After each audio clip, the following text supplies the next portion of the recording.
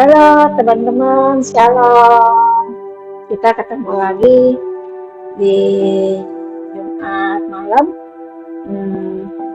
Seperti biasa saya akan membagikan catatan saya yang saya pelajari selama minggu ini, dan judul kita yang berkelanjutan dari Jumat-Jumat yang sebelumnya. Jumat ini saya akan membagikan kepada teman-teman menikmati buah roh dalam realitas kehidupan.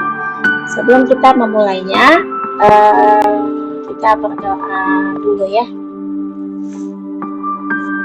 Bapa yang Maha Baik, terima kasih atas segala kebaikan dan kemurahan-Mu. Kami boleh mengenal firman, kami boleh mendapatkan kemurahan yang dari Tuhan, yang Bapa kita betapa besar kasih Allah kepada kami. Kalau boleh mengenal Yesus, kami boleh mendapatkan Roh Kudus yang membimbing dan memimpin kami dalam kehidupan sehari-hari. Terima kasih Bapa atas kebaikan-Mu. Ampuni segala kesalahan kami, kami ketika kami ingin belajar, saya ingin membagikannya tentang buah roh yang dapat kami nikmati dalam realitas kehidupan ini. Terima kasih Bapa, terima kasih Roh Kudus, terima kasih Tuhan Yesus. Kau yang berbicara, Kau yang memimpin dari awal sampai dengan akhir. Terima kasih Bapa. Amin. Salam teman-teman. Saya kembali menyapa teman-teman yang baru hadir mengikuti kegiatan ini. Hari ini kita akan membahas tentang bagaimana kita dapat menikmati buah roh dalam realitas kehidupan. Nah, sebelum kita untuk tahu menikmatinya, saya akan review mengenai buah roh. Nah, di Jumat yang lalu saya katakan tentang buah roh itu sesuatu berhubungan dengan upaya kita menyongsong kedatangan Raja yang hadir. Nah, di Yesaya 32 ayat 1 sampai 8 menuliskan demikian ya. Saya membacakannya pelan-pelan. Sesungguhnya seorang raja akan memerintah menurut kebenaran, dan pemimpin-pemimpin akan memimpin menurut keadilan. Jadi dimulai dengan seorang raja yang memerintah menurut kebenaran. Lalu raja-raja itu membawahi pemimpin-pemimpin yang ketika mereka melakukan pekerjaannya dengan keadilan. Jadi tadi raja adalah kebenaran, dan pemimpin-pemimpinnya melakukan pekerjaannya dengan keadilan. Nah, nomor 2,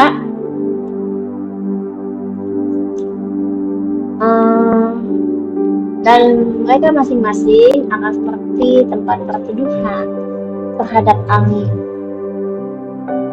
Jadi tempat yang nyaman ya, dan tempat perlindungan terhadap angin ribut yang sangat tersembunyi dan terlindungi, seperti aliran-aliran air di tempat kering, seperti naungan batu yang besar di tanah yang tandus. Jadi walaupun berada di tempat yang kering seperti padang gurun, ada banyak batu-batu tandus, tapi kita tidak merasa sesuatu yang tidak nyaman, tapi tetap nyaman di tempat perlindungan ya. Kan kalau di padang gurun itu anginnya lebih kencang, cuaca lebih ekstrim, tapi kita juga walaupun kering ada aliran-aliran air. Nah, kemudian ayat 3-nya dikatakan, mata orang-orang yang melihat tidak lagi akan tertutup, dan telinga orang-orang yang mendengar akan memperhatikannya. Ini berbicara tentang pertama ayat 1, seorang raja yang memerintah menurut kebenaran. Nah, ketika raja ini memerintah seperti kebenaran firman Tuhan ini, pada mulanya firman itu sangat sulit untuk kita pahami, kita mengerti, dan kita mungkin akan sangat berjuang erat untuk kita bisa mengenal firman itu, berjuang untuk kita menyukai firman, membaca firman, berdoa firman, berdoa ya. Hal itu dan kita firman telinga orang-orang yang mendengar akan memperhatikan. Dan ketika kita mendengar khotbah atau kita bicara tentang khotbah tentang firman Tuhan, nah orang-orang akan memperhatikan, mendengar dan memperhatikan.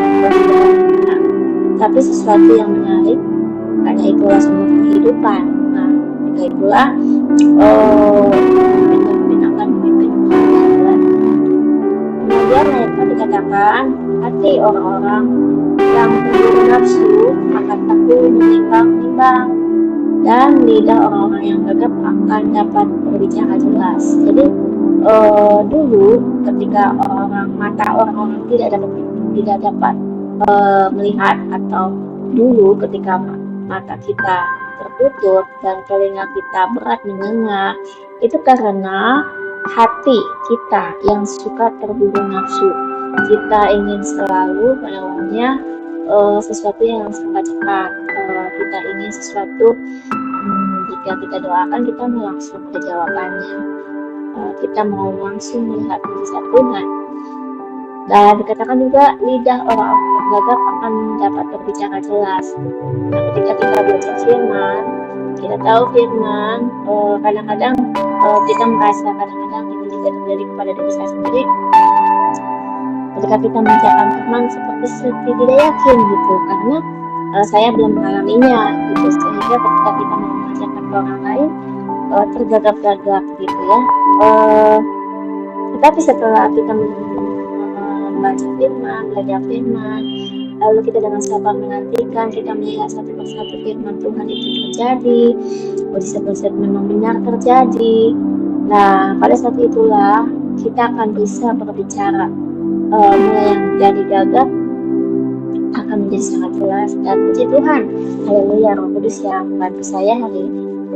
Nah, ayat 5 dikatakan orang bebal tidak akan disebut lagi orang yang berbudi luhur, dan orang penipu tidak akan dikatakan terhormat. Nah, ketika kita hidup di dalam dunia ini, banyak kepalsuan yang kita temui ya, karena mereka mengandalkan kekuatan dan kekuasaan mereka atas keuangan yang mereka miliki, kemudian komunitas mereka, teman mereka yang sangat banyak, mereka bisa mempengaruhi orang lain sangat luar biasa. Dan mungkin kita seringkali terkecoh, mana sih yang bebal, mana sih yang berburu ya. Nah, seringkali kita kayak gitu orang yang memiliki uang, punya kekuasaan. Ada istilah kita pernah dengar namanya money talk ya, uang yang berbicara. Nah, dan orang penipu juga tidak akan dikatakan terhormat, dan inilah yang terjadi di dunia kita hidup. Kita akan terbuai melihat orang yang menampilkan kelebihannya. Kita akan merasa wah dia luar biasa dan perkataannya benar gitu ya. Kita akan sering lihat itu di YouTube. Demikian seperti orang yang suka menampilkan kemewahan, bagaimana mereka bisa menerima itu dan menjadikan segala sesuatu seperti iya. Jadi tidak demikian. Dan nomor 6 ayat 6 dikatakan, sebab orang bebal mengatakan kebebalan dan hatinya merencanakan yang jahat, yaitu bermaksud murtad dan mengatakan yang menyesatkan tentang Tuhan, membiarkan kosong perut orang lapar dan orang haus kurang minuman. Jadi karena mereka orang bebal, katakan mengatakan kebebalan karena mereka tidak tahu kebenaran. Mereka nggak pernah belajar tentang kebenaran mungkin, atau mereka belajar tapi kayaknya nggak sesuai dengan model kehidupan yang mereka inginkan, sehingga orang-orang ini berupaya sedemikian rupa bagaimana ya bisa merencanakan sesuatu yang dikatakan agama itu jahat, katakan jahat karena mereka melakukannya tidak sesuai dengan firman Tuhan, tapi sesuai dengan apa yang diinginkannya, keinginan dagingnya, dan akhirnya mereka mengajak orang-orang murtad kebalikan fakta, kebenaran firman Tuhan juga tentang apa yang dimaksud Tuhan, yang diinginkan Tuhan, kebenaran, dan akhirnya membiarkan kosong perut orang lapar dan orang harus kekurangan minuman. Jadi terutama di hal ini adalah tentang hikmat dan kebijaksanaan. Orang akan sangat lapar akan kebenaran yang sebenarnya, bingung mana yang benar, lalu nggak menemukan kelegaan karena kebenaran yang ketemu, kelegaannya juga dapat. Nah, di ayat 7 dikatakan kalau penipu akal-akalnya adalah jahat, dia merancang perbuatan-perbuatan keji dan mencelakakan orang sengsara dengan perkataan dusta, sekalipun orang miskin itu membela haknya. Nah, banyak kehidupan di dunia ini memang memungkinkan orang-orang yang memiliki potensi dan kemampuan ya, atau otoritas ya, atau keuangan yang berlebih, itu bisa membuat hal-hal yang yang benar menjadi salah, yang salah menjadi benar, dan kita mungkin akan seringkali terkecoh ketika kita melihat suatu tayangan YouTube, jika kita tidak hati dan mengeceknya, mungkin itu adalah sesuatu yang tidak benar, maka kita akan salah menilai terburu-buru menyelesaikan orang lain. Nah, tapi yang Tuhan inginkan adalah ayat 8 itu, tetapi orang yang jujur merancang hal-hal yang buruk, dia selalu demikian. Nah, Tuhan ingin ketika kita mengetahui kebenaran, kita harus merancangkan banyak hal, perbuatan kita, kelakuan kita yang mendukung tentang keluhuran nilai ya, dan kita betul-betul harus tidak selalu demikian.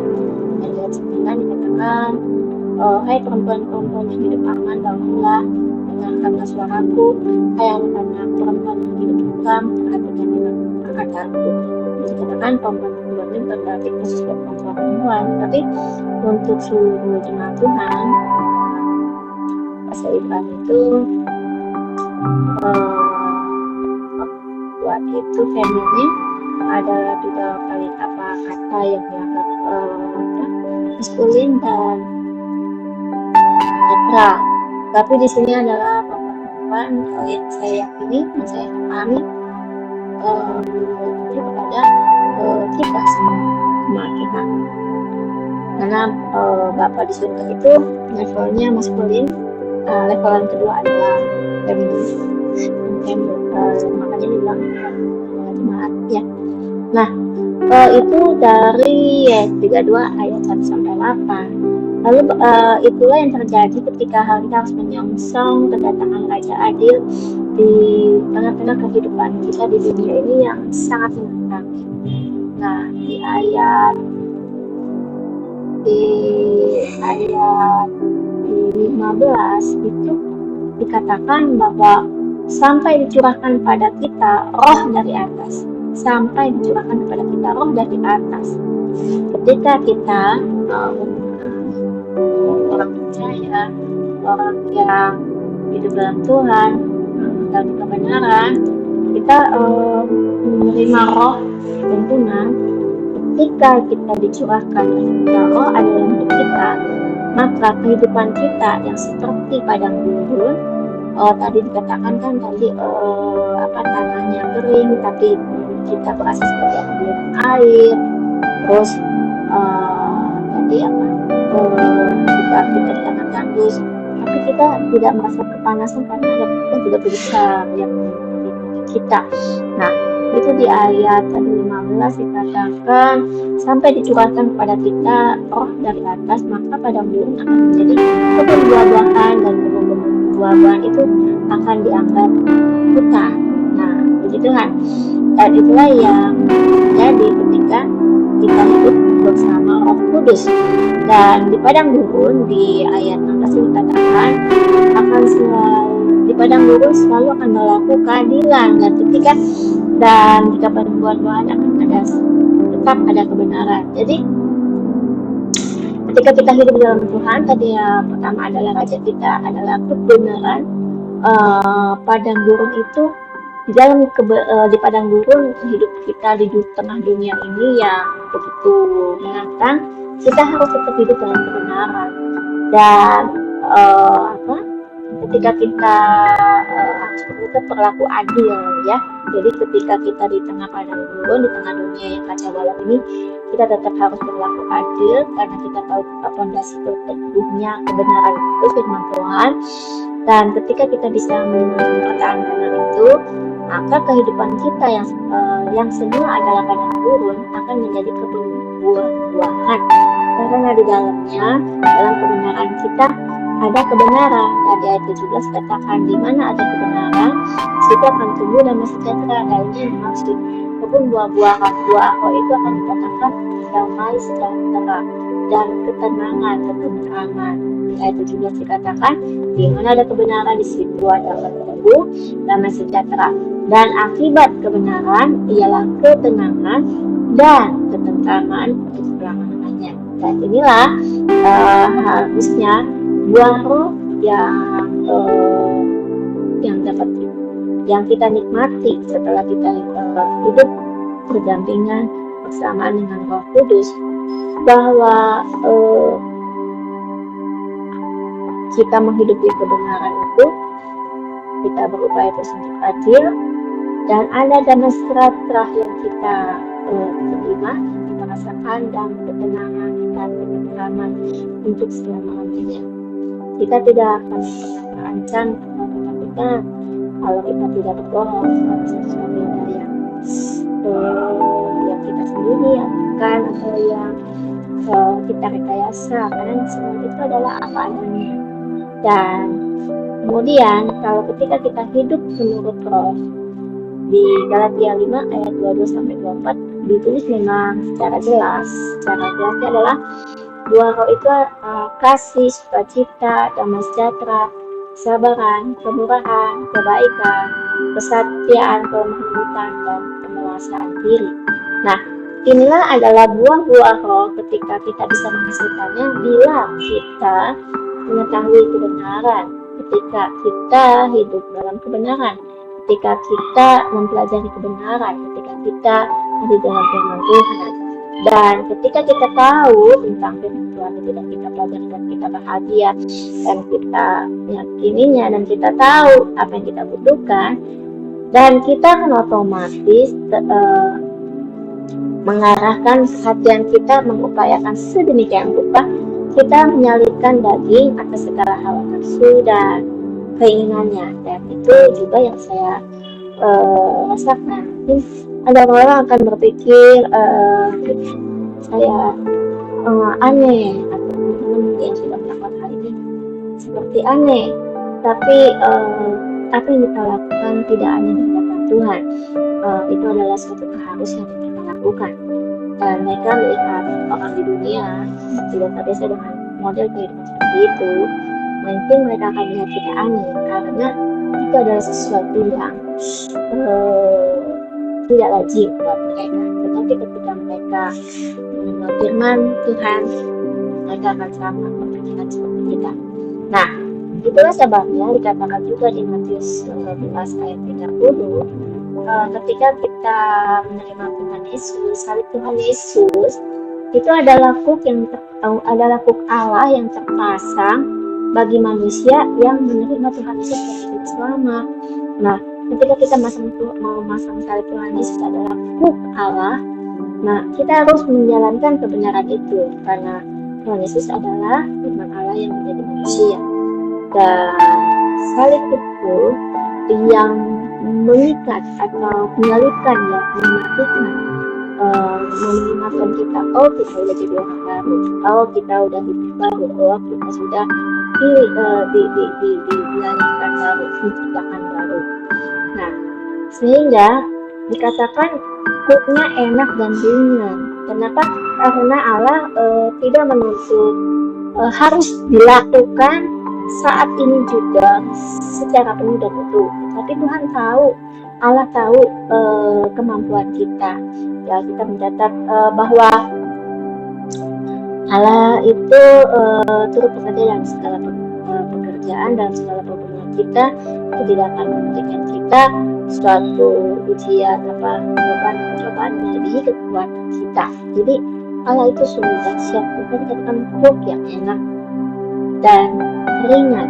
Kita harus belajar terus menerus. Tapi bagaimana kalau waktu-waktu itu waktu untuk belajar itu kita tidak pergunakan dengan baik, ya otomatis suatu hari salib Tuhan itu akan menjadi sangat berat. Tapi bukan jangan berbeda dengan persepsinya bahwa Allah itu sengaja memberatkan manusia. Tidak pernah demikian, tetapi manusialah yang menunda proses pembelajaran itu sehingga kuk yang tadinya enak dan ringan menjadi berat karena persoalannya makin bertambah. Ketika soal satu kita selesaikan satu, kemudian ada soal kedua kita selesaikan satu-satu, soal kedua, soal ketiga kita selesaikan itu tidak menumpuk. Nah, itulah yang menjadi kuknya enak dan ringan.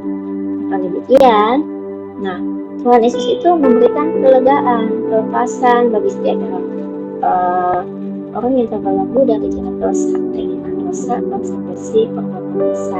Salah contoh misalnya tentang berhutang.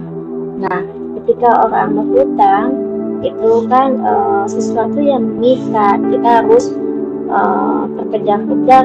Oh, kita akan ada harus membayar segala sesuatu. Tapi Tuhan bilang di firman Tuhan, jangan kau berhutang. Nah, kita harus menjadi orang yang bebas. Nah, bagaimana kalau kita udah terlanjur berhutang? Bayar dulu. Ketika kita bayar hutang itu, kita menjadi bebas. Dan bagaimana dengan kehidupan kita? Ternyata kita masih ada nggak cukup. Ternyata kita akan utang lagi. Kita minta hikmat Tuhan. Apakah memang benar tidak harus utang lagi? Atau kita bisa membuat suatu perencanaan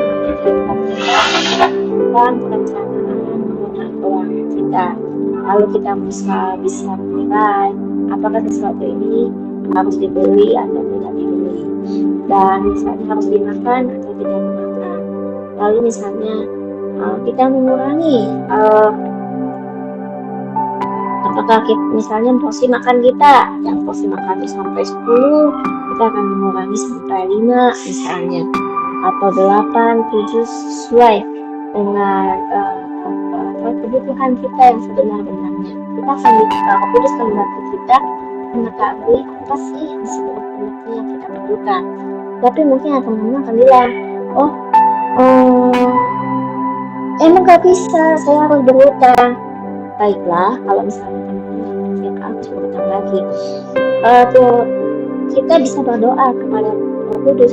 Roh Kudus tolong supaya kita nggak berhutang lagi. Nah, bukan mungkin lagi itu Roh Kudus akan kasih kita hikmat, kemampuan, memperkenalkan kita kepada orang-orang sehingga untuk kebutuhan kita yang mendasar kita akan bisa menyelesaikannya, sehingga kita akan sampai kepada satu titik kita tidak perlu berhutang lagi, kita mencukupkan diri pada apa yang kita miliki. Nah, itulah yang seharusnya menjadi PR kita. Dibilang cook ala itu enak dan ringan, harus kita lakukan secara bertahap. Tapi kalau kita mau enak, kita gampang aja, kita tak mau repot, kita mau jalan pintas, ya itu akan buat dosa hutang itu akan menjadi belenggu ya. Maksud orang mungkin jika kita hutang kalau tidak bisa bayar, kita mungkin akan cenderung untuk melarikan diri, pura-pura lupa ya, atau mungkin akan kita secara nggak sengaja kita akan membuat kita terluka ya. Nah itu yang terjadi, dan kemudian mungkin kita akan merasa itu sepertinya sedang menggodek kita nih karena kita nggak bayar utang. Nah itu adalah dampak-dampak psikologis, karena kita di hati nurani kita itu ada satu alarm yang berbunyi kamu salah, dan seperti iblis yang selalu menghakimi ya, dia akan berkata. Nah itulah yang harus terjadi, yang harus kita hindari. Makanya kita sebaik-baiknya kita berhutang bayarlah segera, supaya kita tidak ada celah bagi iblis untuk mengejar kita, membuat siasat, membuat kita tidak nyaman dengan kehidupan kita sendiri. Nah, itu adalah dua roh yang harus kita lakukan. Dan dua roh ini ketika kita menyongsong kedatangan Raja yang adil, ketika kita harus hidup dalam kebenaran, itu adalah hasil kerjasama kita dengan Kudus. Dan kita mau berbagi dengan Kudus. Jadi kalau ketika kita baca firman, kalau kita menggunakan pikiran kita sendiri untuk mengartikan firman itu, dan seringkali kita akan menjadi terkecoh dalam salah dengan memahaminya, dan hanya Roh Kudus yang bisa membantu kita. Kenapa dikatakan demikian? Di Yesaya 11 ayat 3 dikatakan Tuhan Yesus itu adalah tunas dari buah pisai yang akar-akarnya menghasilkan buah roh. Siapa akar-akarnya? Ya kita, dan saya, teman. Dan di dalam Roh Kudus itu ada kuasa, ada roh kuasa, ada firman kita, ada roh hikmat dan pengertian, ada roh nasihat dan kekuasaan, roh pengenalan Tuhan. Dan Roh Kudus ini membangun kita untuk hidup dalam kediaman Allah. Efesus 2 ayat 20. Roh Kudus membantu kita untuk kita bisa hidup dalam kediaman Allah. Dan itulah sebabnya kita harus hidup dalam Roh Kudus. Roh itu yang memimpin kita agar kita menghibur kita ketika kita berada dalam masa sulit atau sedih ya, sehingga kita bisa hidup dalam kebenaran, seperti yang kualitasnya harus seperti yang Allah kehendaki, bukan kualitas manusia. Kata dunia mungkin cukuplah segini, tidak demikian. Nah, bagaimana cara kerjanya ya, supaya buah roh itu bisa kita nikmati? Sungguh kita mengalami buah-buah roh itu menghasilkan. Nah, pertama kita itu adalah firman Tuhan yang kita kenal. Katakan Tuhan Yesus itu adalah pokok angguran. Kita harus tinggal di dalamnya, tinggal di dalam firman, dan firman yang akan menumbuhkan kita, dan kita bakal kuat ya. Nah, setelah kita berakal kuat dan segala macamnya, kita tahu firman, nah Tuhan Yesus yang pokok anggur itu dan kita menghasilkan buah. Dan saya memberikan contoh buah durian. Nah, di sini ketika kita menghasilkan buah, karena kita itu hasil buah adalah hasil dari firman Tuhan yang kita sudah pelajari bersama, dan kita tinggal dalam pohon itu, pohon Tuhan adalah anggur. Nah, ketika kita sudah bisa berbuah, terus kita akan tergerak atau kita berada dalam satu layanan gereja Tuhan, dan kita belajar hidup, membiasakan hidup bersama dengan Kudus, dan kita akan bersama-sama menjadi satu komunitas tubuh Tuhan Yesus, dan tubuh Tuhan Yesus di gereja yang bisa dimiliki ada orange juice yang saya lihat ya. Nah, ini adalah hasil kerja Roh Kudus semuanya. Jadi ketika ada firman, kita tinggal dalam Tuhan Yesus, bahwa itu kita bertumbuh, kita mengerti maknanya dari Roh Kudus yang memimpin kita, dan kita menghasilkan buahnya, dan kita berfungsi, kita melakukan banyak berdampak ya dalam kehidupan kita dan menghasilkan kita dalam gereja ini masuk menjadi Tuhan Yesus, seperti yang Allah sudah katakan kepada Adam untuk menjadi penolong bumi manusia. Jadi dibilangkan ini adalah firman Tuhan, selalu bermula dari firman Tuhan. Kita harus hidup dalam kebenaran Injil dan Roh Kudus, ini sudah pasti. Yohanes 4 ayat 3. Kita nggak bakal mungkin bisa hidup dengan fondasi yang lain yang kita mungkin taruh, karena itu akan sangat bertentangan. Dan dapat teman-teman bisa ingat bahwa bumi dan isinya ini diciptakan oleh Allah kita. Allah adalah pencipta langit, Allah adalah pencipta kehidupan. Jadi jika demikian, apakah kita mungkin bisa menggantikan dan Tuhan Yesus adalah kita bisa katakan di mana dan hidup dengan Allah adalah Allah. Sehingga kebenaran firman dan kita hidup bersama Kudus itu adalah satu keutamaan yang harus kita lakukan setelah kita bisa melakukan ini, bisa mengerjakan, dan kita bisa menghasilkan buah-buah. Ini surat ilustrasinya saya kita makan buah-buahan ya, ada bisa lebih buah-buahnya dan buah ini nantinya sangat berguna untuk pelayanan kita sebagai satu gereja. Jadi dikatakan tentang pelayanan gereja yang menyenangkan.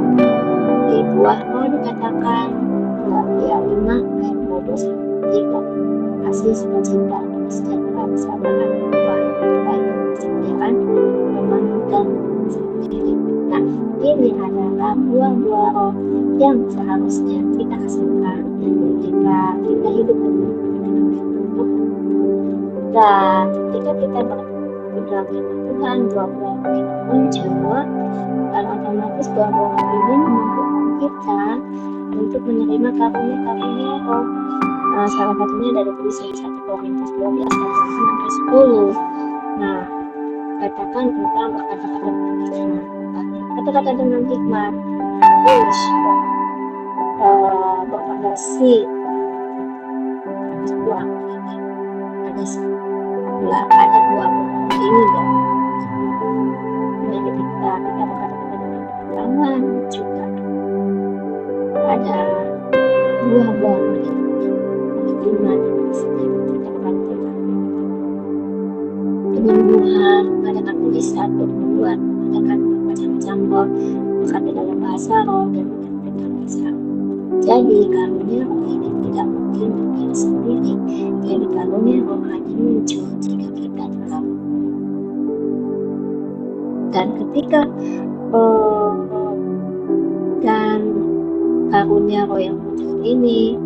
dan buah-buah roh yang kita bisa hasilkan itu tidak lepas juga dari kuasa roh yang di saya seperti itu. Dan inilah semuanya yang menjadi satu kesatuan. Kita sebagai kita Allah, kita mengasihi Tuhan Yesus, kita menjadi satu Tuhan Yesus. Dan itu harusnya adalah menjadi bukti bagi kita sungguh dalam menghasilkan buah roh, dan hidup kita terlihat berarti, dan buah-buah roh itu mendukung pelayanan kita dan tidak menyebabkan sesuatu yang dan selanjutnya saya bertemu juga tentang buah roh dalam realitas kehidupan. Tadi katakan judul kita hari ini adalah menikmati buah roh dalam realitas kehidupan. Bagaimana kita bisa menikmati? Jadi pertama tadi kan kita tadi manusia baru. Saya dan komitmen menjadi manusia baru. Kita itu menyengsang bahwa hidup kita itu hari-hari kehidupan kita menyengsang dan kita merasakan buah itu dan dapat terlihat secara nyata oleh orang sekitar kita, dan kita berdampak pada hubungan antara manusia dan lain. Jadi buah itu kalau kita yang merasakan mungkin karena buah itu harus merasakan hati kita. Dan ini juga konsep yang sama ya, seperti kita tahu misalnya bagaimana memelihara atau punya kebun, punya pohon anggur atau pohon jeruk, kita akan tahu pohon itu berbuah. Nah, itu melihat buah. Kemudian ketika saya adalah manusia baru, otomatis orang harus pasti untuk saling Yesus. Itu harus menjadi kecil, kepastian sesuatu yang harus kita lakukan. Jadi kita mengalami perubahan dan transformasi terjadi ketika kita berpikir menilai atau melakukan sesuatu yang biasa.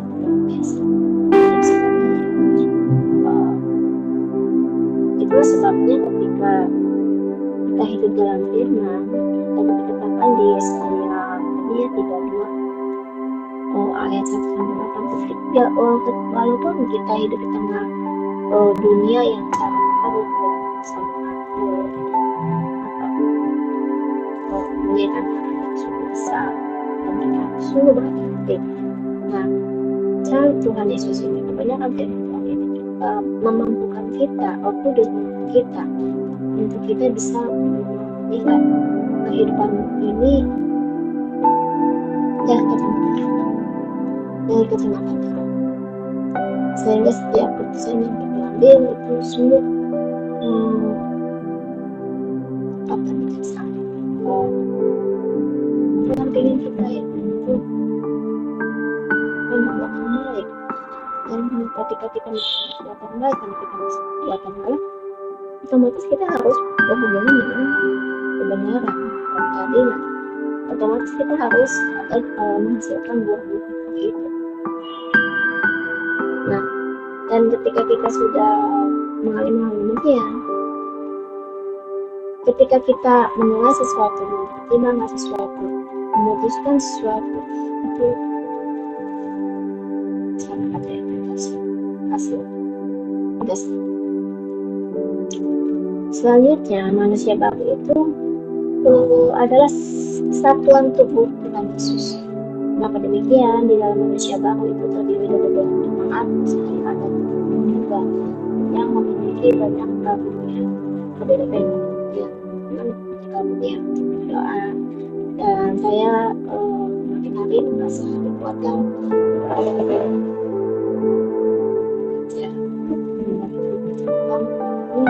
saya untuk membuat proyek buah ini.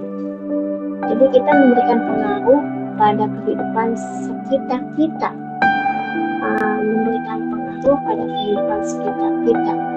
kita itu karena kita sudah belajar firman Tuhan, kebenaran Tuhan, keadilan Tuhan, apa yang Tuhan inginkan, bagaimana seharusnya orang hidup, dan kita berkomunikasi dengan Roh Kudus, sehingga kita firman Tuhan itu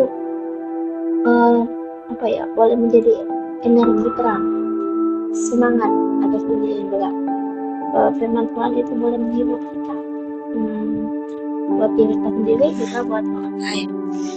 Dan kita mungkin dulunya yang mungkin kita nggak bisa menghibur orang lain, tapi dengan kebenaran firman, dengan kebenaran Yesus yang dari Allah, kita bisa mengampuni orang lain. Dan lebih jauh dulunya mungkin hidup kita autah dulu semau kita, tapi setelah kita mengenal firman, kita memutuskan saya mau hidup sesuai yang Allah inginkan, yang Allah mau. Nah, itu cara tanpa kita sadari kita akan memberikan teladan buat orang lain, orang mungkin atau menemukan inspirasi dari kehidupan kita. Bahwa bukan ketika kita hidup dalam firman Tuhan, itulah yang kita nikmati dari Tuhan. Nah, tetapi buah roh itu adalah sesuatu yang harus diupayakan. Kita nggak bisa buah roh itu sesuatu yang dikasih begitu saja. Jadi kita harus menghasilkannya. Tadi kita katakan hidup kita itu, ketika kita tidak hidup dalam firman Tuhan itu, atau dunia tempat kita tinggal ini harus seperti padang gurun. Ketika kita tinggal di padang gurun, kita tahu firman Tuhan, kita hidup dalam keadilan dan kebenarannya, dan itu kita boleh menghasilkan buah. Dengan cara pertama, ketika kita kebenaran, kita bertobat, kita menerima Tuhan Yesus sebagai juru selamat kita, dan kita mau dibaptis, kita mau dibaptis, baptis roh adalah langkah awal yang sangat utama untuk dilakukan. Jadi buat teman-teman saat ini mungkin masih ragu-ragu, masih bingung,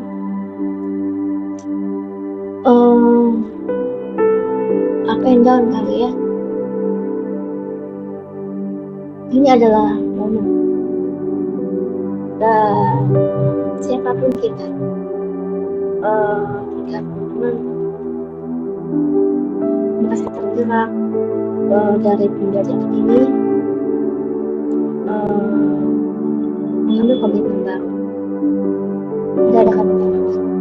Saya akan menjadi penonton juga Yesus yang baik. Ini kami pendengar firman. Terima kasih karena tahu firman Roh Kudus dalam kami. Saat ini saya memutuskan saya ingin mengikuti Tuhan Yesus, kebenaran Tuhan Allah kita. Biar Roh Kudus memimpin. Terima kasih.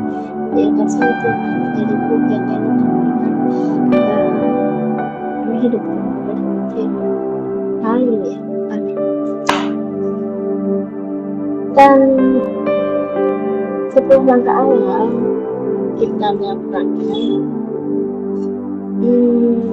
Hal yang kedua adalah kita harus hidup dalam kebenaran firman dan roh. Dan ini juga harus sungguh-sungguh ya. Ketika kita mengasihi Allah dan sungguh-sungguh, ketika kita sungguh-sungguh, kita mulai menaruh perhatian kita hanya kepada Tuhan dan kesukaan kita hanya kepada firman dalam rangka menyenangkan hati Allah. Dan kita sangat tergerak untuk hal tadi. Dan puji Tuhan, dulu saya juga merasa firman. Tapi sekarang dengan kegiatan ini, saya bilang semangat baru, momentum baru yang setiap hari. Dan ketika firman saya baca itu adalah fondasi, artinya fondasi adalah kebenaran, sehingga saya boleh melihat kita penjelasan atas firman yang betul, bagaimana seharusnya manusia baru itu menghadapi hati kita. Dan dalam Alkitab saya membaca lagi secara pelan-pelan, saya boleh melihat melihat bagaimana Bapak Abraham kita hidup dalam ketika dia bersama dengan Tuhan, hidup bersama Tuhan, bagaimana Iska, Yakub bersama Tuhan, dan lain sebagainya. Kita akan menemukan bagaimana dia percaya dengan Yesus. Nah, kesimpulannya adalah buah roh adalah sesuatu yang harus diupayakan lebih dulu, baru kita dapat menikmati. Jadi kan Tuhan Yesus adalah pokok anggur yang benar, anggur yang benar. Kita hidup dengan kita hidup tentunya apa dengan cukup. Ini kan mungkin tiba-tiba muncul, kita bisa makan buah roh, bisa kita mengupayakannya. Yang kedua, Roh Kudus itu memampukan kita sebagai manusia baru terjadi transformasi, mulai dari padang gurun yang berubah menjadi lapangan yang selanjutnya menjadi hutan buah.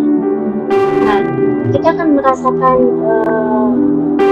sesuatu yang luar biasa menyenangkan. Kita menikmati kita, walaupun kita itu adalah dunia yang bergumul, ya penuh tantangan. Hari puji Tuhan, kita boleh melihat banyak mujizat yang terjadi dalam kehidupan kita. Kita boleh melihat bagaimana Tuhan itu, Allah itu sungguh bekerja dalam kehidupan kita, dalam setiap aktivitas kita, dalam setiap detik-detik waktu kehidupan kita. Dan ketiga, untuk dapat terus menghasilkan buah, nah otomatis kita harus tinggal dalam firman Tuhan, karena firman Tuhan itu harus dibaca berulang-ulang, terus lagi terus harus, karena Tuhan Yesus itu adalah pokok anggurnya. Kemudian keempat, ketika kita tahu Tuhan Yesus adalah pokok anggur, kebenaran fondasinya, kita dikasih sama Tuhan itu adalah Roh Kudus yang membimbing kita hidup dalam roh, di dalam firman, ya, supaya kita terus menghasilkan buah-buah ini. Setelah kita menghasilkan buah rohnya, kita bisa menikmatinya bukan hanya sekali, dan kita akan terus berbuah. Roh yang memegang kuasanya untuk kita terus berbuah dan terus berbuah, dan terus kita dapat menikmatinya. Dan buah-buah roh yang semakin banyak akan menimbulkan banyak karunia-karunia roh yang sangat berguna untuk kegiatan pelayanan kita di gereja atau dalam kehidupan sehari-hari, dan keluarga kita, dalam pekerjaan kita, dalam komunitas kita. Dan buah-buah roh itu akan semakin lebat dan sangat banyak seperti hutan buah-buahan.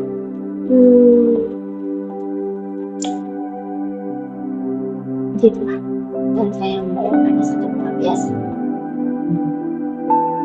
Dan setelah kita tadi itulah adalah cara, ya, kita menikmati buah dalam realitas kehidupan kita. Dan minggu depan kita akan belajar lagi bagaimana sih kita selalu melengkapi, kita selalu menikmati roh ini. Terima kasih buat teman-teman yang sudah ikut belajar bareng kita dulu, kita menjadi berkat bagi teman-teman, dan semuanya selamat. Bapak, terima kasih, kami, saya dan teman-teman sudah selesai belajar bagaimana kami menikmati buah-buah roh dalam realitas kehidupan ini. Tolong kami, Bapak, Roh Kudus, tolong kami supaya kami terus bisa menghasilkan buah, dan biarkan kegiatan ini untuk kami belajar dengan Tuhan sungguh boleh menumbuhkan kami untuk terus hidup dalam kebenaran Tuhan, hidup di dalam kehendak. Ini boleh menjadi pemimpin dalam setiap program kami dalam kata setiap tantangan yang benar. Terima kasih Bapak, terima kasih Roh Kudus, terima kasih Tuhan Yesus.